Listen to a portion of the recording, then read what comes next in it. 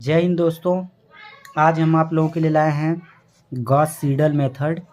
नई टॉपिक हम लोग शुरुआत करने वाले हैं। बीटेक थर्ड सेम के लिए बहुत ही इम्पोर्टेंट टॉपिक है। यहाँ से एक क्वेश्चन ज़रूर पूछा जाता है, तो चलिए ध्यान से समझते हैं।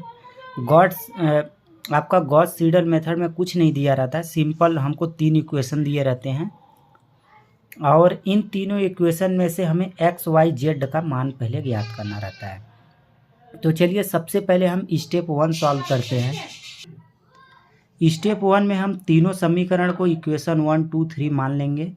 अब सबसे पहले हम इक्वेशन 1 को लेंगे। इक्वेशन 1 जब हम लेंगे तो इसमें क्या करेंगे, x का जो मान होगा उसको इसी तरफ रहने देंगे और y और z के मान को उस तरफ लेके जाएंगे। जब हम इसको इस तरफ लेके आएंगे तो ये -y और ये माइनस में है तो +z हो जाएगा 2z। अब उसके बाद ये जो 20 है इसको इधर लेके आएंगे तो 1/20 और ये 17 - y + 2z ये हो जाएगा हमारा इक्वेशन 4 मान लेते हैं इसको। इसी तरीके से जब हम कंसीडर करेंगे इक्वेशन 2 को तो ये हमारा इक्वेशन 2 है। इसमें y के मान को इधर रहने देंगे और x और z के मान को इधर लेके जाएंगे तो ये जो प्लस में है वो माइनस में हो जाएगा, जो माइनस में है वो प्लस में हो जाएगा। तो हमारा इक्वेशन नंबर 4 बन जाएगा, 5 बन जाएगा। y को यहीं रहने देंगे और 20 को इधर लेके जाएंगे तो 1/20 -18 - 3x + z ये हमारा इक्वेशन 5 बन गया। तो आप ध्यान दीजिए, पहले हमने x का मान निकाला, अब y का निकाला। अब हम कंसीडर करेंगे इक्वेशन 3 को। यहाँ से z का मान निकालेंगे, x और y को उस तरफ लेके जाएंगे। ध्यान दीजिए यहाँ पर हमने क्या किया, 20z को इधर रहने दिया। ये देखिए 25 - 2x + 3y हो गया इधर आने पे। उसके बाद 20 को इधर लेके आएंगे तो 1/20 25 - 2x + 3y इसको इक्वेशन 6 मान लेंगे। अब यहाँ पर सेकेंड स्टेप हम करने वाले हैं। ध्यान रखिएगा, बहुत सिंपल क्वेश्चन है, हम बहुत अच्छे तरीके से आप लोगों को बताने वाले हैं। देखिए फर्स्ट इंटरेशन में क्या होगा, जो आपका y और z होगा उसको 0 मान लोगे। जहाँ पर y होगा वहाँ 0, जहाँ z होगा वहाँ 0। तो इसको हम x1 मानते हैं। अब x1 का मान ज्ञात करते हैं।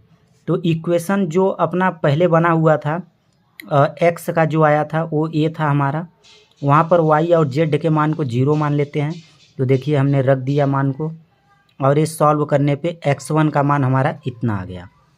उसके बाद y1 हम ज्ञात करेंगे। y1 ज्ञात करें, अब हमने x1 ज्ञात कर लिया है, अब हम y1 ज्ञात करेंगे। जब हम y1 ज्ञात करेंगे तो जो यहाँ मान होगा ये x है ना, तो ये हमारा x1 हो जाएगा। यानी कि यहाँ पर हम इस मान को रखेंगे और z के मान को 0 रख देंगे। ठीक, तो उसके बाद y के मान के लिए हम क्या करेंगे, इसको सॉल्व करेंगे इस तरीके से, तो ये हमारा y1 का मान आ जाएगा। अब देखिए यहाँ पर हम z का मान ज्ञात कर रहे हैं। z के लिए x1 और y1 हमें पता हो गया है, तो इसको क्या करेंगे, हम z1 के लिए रखेंगे। यहाँ पर x की जगह पे x1, y की जगह पे y1 का मान रख देंगे। इसके साथ मल्टीप्लाई करेंगे। उसके बाद इसको कैलकुलेशन करने के बाद ये हमारा z1 का मान आ जाएगा। अब हम चलते हैं स्टेप नंबर। इसमें कोई ज़रूरी नहीं है कि स्टेप ही मानो, आप इसको कर सकते हो। सेकेंड इंटरेशन जब हम करेंगे तो x2 लिखेंगे। x2 के लिए क्या करेंगे, यहाँ पर जो हमें मान दिया हुआ है y1 और z1 का, उस मान को रखेंगे। और ये हमारा इक्वेशन 1 ही है, ये हमारा इक्वेशन 1 है जो हमने शुरू में फर्स्ट में ज्ञात किया था। यहाँ पर x2 इसको लिखेंगे, वो वही रहेगा सेम। यहाँ पर y1 और 2z1 आ जाएगा। y1 और z1 को मान को यहाँ हम पुट करेंगे। उसके बाद इसको सॉल्व करेंगे। सॉल्व करने के बाद हमें ये x2 का मान निकल जाएगा। उसके बाद हम क्या करेंगे, सेकेंड इंटरेशन करेंगे y1 और इक्वेशन 8 में। ठीक है, तो इस तरीके से y2 के मान को ज्ञात करने के लिए हम क्या करेंगे, x2 और z1 के मान को रखेंगे। ये सेम वही रहेगा इक्वेशन, मान रखना है केवल और इसको सॉल्व कर देना है। सॉल्व करने के बाद ये हमें y2 का मान आ जाएगा। इसी तरीके से सेकेंड इंटरपोजिशन में z1 का मान ज्ञात करेंगे। z1 का मान हमें पता है। उसके बाद हम क्या करेंगे, z2 ज्ञात करेंगे। हमने एक बार z ज्ञात किया, एक बार z1 ज्ञात किया, अब हम z2 ज्ञात कर रहे हैं। तो Z2 के लिए क्या करेंगे, सेम वही तीसरा जो इक्वेशन है उसमें हम Z2 के मान को X2 और Y2 के मान को रख देंगे और इसको सॉल्व करेंगे। तो ये आप देख रहे हैं हमारा Z2 का मान आ गया। उसके बाद थर्ड इंटरेशन करेंगे हम, तो X3 को ज्ञात करेंगे। तो X3 का मान देखिए यहाँ पर Y2 और Z2 का मान रख देंगे, मतलब एक दूसरे से अपोजिट होता है। आप जैसे X2 ज्ञात कर रहे हैं तो यहाँ Y1 और Z1 आएगा। आप यहाँ X3 ज्ञात कर रहे हैं तो यहाँ Y2 Z2 आएगा। अब यहाँ जैसे आप Y1 ज्ञात कर रहे हैं तो यहाँ X1 Z1 आएगा। यहाँ Z1 ज्ञात कर रहे हैं तो यहाँ X1 Y1 आएगा।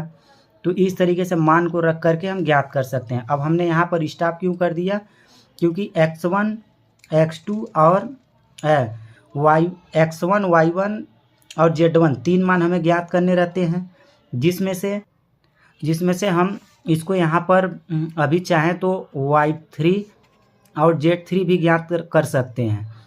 तो इसके लिए सिंपल ये है कि आपका जैसे ही जीरो में चला जाता है या कम डिजिट के अंक आने लगते हैं तो आप वहाँ से इसको सॉल्व समझ सकते हैं और वहाँ से अपना आंसर बंद कर सकते हैं। तब तक के लिए थैंक यू। यदि वीडियो अच्छा लगा हो तो आप लाइक कमेंट ज़रूर करें। मैं आपको एक बार बता देता हूँ फिर से इसको, कि सबसे पहले हमें इक्वेशन दिया रहेगा, इसमें X1 और Y1 XYZ का मान ज्ञात कर लेना है। XYZ का मान ज्ञात करने के लिए कुछ नहीं करना है, X को इधर रहने देना है और सबको इधर लेके जाना है, इनको इक्वेशन देते जाना है। इसी तरह Z3 का मान ज्ञात कर लिए। अब क्या करना है, X1 X2 X3 X2 Y2 Z2 X3 Y3 Z3, इस तरीके से हम मान ज्ञात करते जाएंगे। जो मान आएगा उस मान को यहाँ पर रखते जाना है और इसको सॉल्व करते जाना है। तो इस तरीके से हम क्या करते हैं, गॉस सीडल मेथड को सॉल्व करते हैं। यदि वीडियो अच्छा लगा हो तो लाइक कमेंट सब्सक्राइब जरूर करें। Thank you. जय हिंद।